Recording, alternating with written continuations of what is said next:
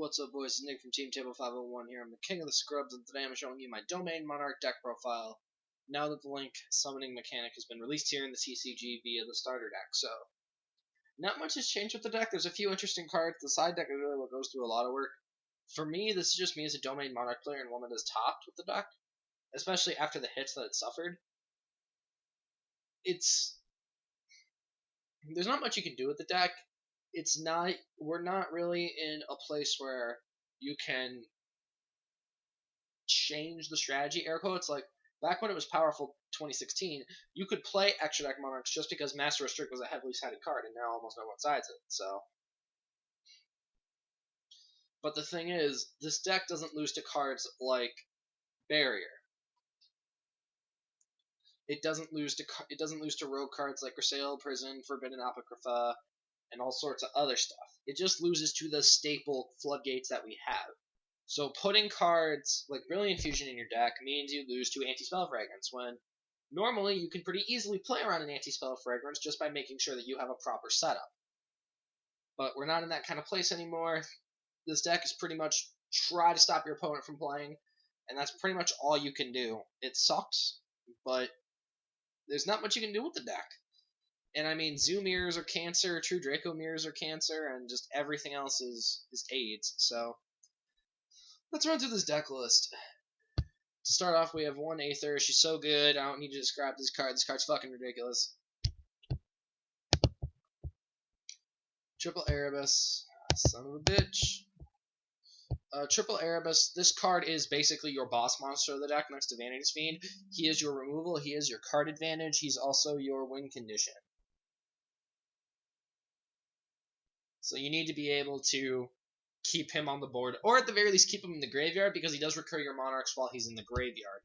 One Thestalos, I'm thinking about putting him to 2. He's so good against Draco. Like, being able to take their Masterpiece, their Demise, their Diagram, stop them from establishing a board and getting cards on the field is just so important. Triple Karaz. I hate this card, and I also love this card, because Karaz is card advantage, removal, and versatility in a package. You can either use him to pop your own stuff like Dead Returns, Dead Primes, Frostblast, stuff that you want in the graveyard, or if you absolutely have to, considering we're in a format about resources, not about board states, giving your opponent a card, sometimes you have to do that because their monster is just bigger than the 24 on Karaz or the 28 on Aether. So you really need Karaz to stop that. And 3 Vanity's Fiend. This card is dumb. It's a floodgate with a head.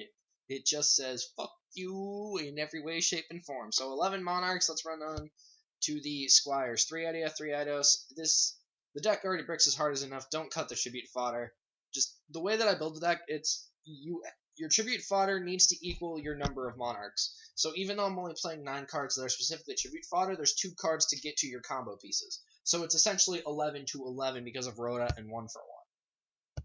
And then 3 Link Slayer. This card provides so much to the deck. It is so good. It just helps the deck going second because it can get rid of Strikes and Twin Twisters and Book of Moons and Chalices and all the cards that would stop you from playing. As you can see on the screen, he's like a red layer where you can just drop him onto the field.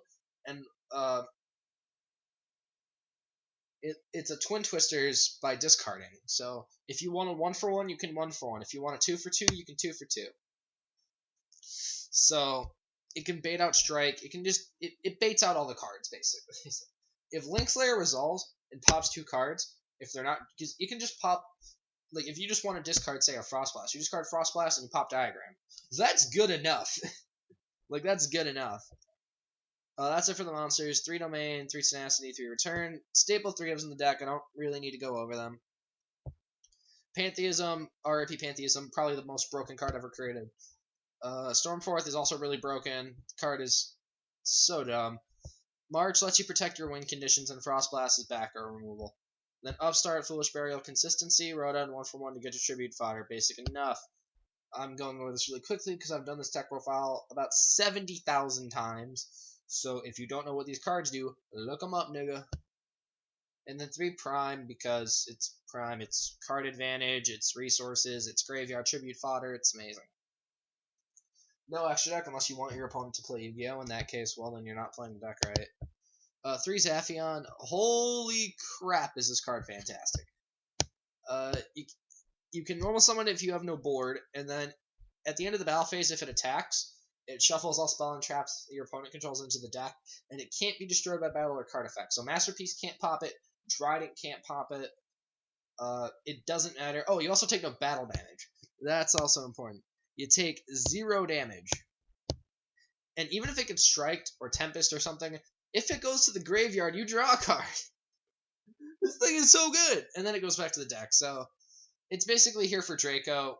If you're going second, it helps you out against Draco, being able to clear away their back row so they can't tribute someone unless they do it during your standby phase. But the Maxi, it's either Maxi or Thestalos. I like Thestalos right now, so I have Maxi on the side for going second. It's Saki. 2 Kaijus. The Kaiju package was too much because you would really draw weird with the Kaijus. This helps out against monsters like Avion, Dryden, Masterpiece. Magisfiend for Draco because Dynamite Knight doesn't do anything. Majesty Man doesn't do anything. Masterpiece can't do shit about this thing. The second it hits the board, he done for. And then Megazaborg because everyone's playing Lynx. You can rip their extra deck apart so they can't Link summon. That's fun. Usually, against Zoo, you usually take away their Link monsters and you take away their Emeralds. Because if they want a Zoo stack on top of everything, that's fine. But they have no way of getting their cards back. So, 2 Dark Hole Regeki, more cards for going second. 2 E-cards, mostly as a snatch deal, because you can tribute off, say, an Eidos or an Edia that got stopped, take their guy, and then tribute it for a tribute summon. You've essentially gone -1, but now their board is clear. And then 2 Twin Twister for back row removal. And that's it for the deck profile. I'm sorry I went through it kind of fast. I've done it already. I'm also sorry for the lack of uploading. My internet's been down, and I finally got it fixed today. So I can upload videos again. I'm not sure what's going to be next. I probably won't upload until Hour of Devastation Game Day, just because I need to test and the Pro Tour is going on. I'm going to start watching that. I want to see what decks people are playing in Standard. So, but anyway, guys, thanks for watching. Thanks for being patient. I appreciate all the good words. For those of you I saw at Nats, that was cool as well. My name is Nick from Team Table 511. Thanks for watching and get good, plebs. I'll see you next time.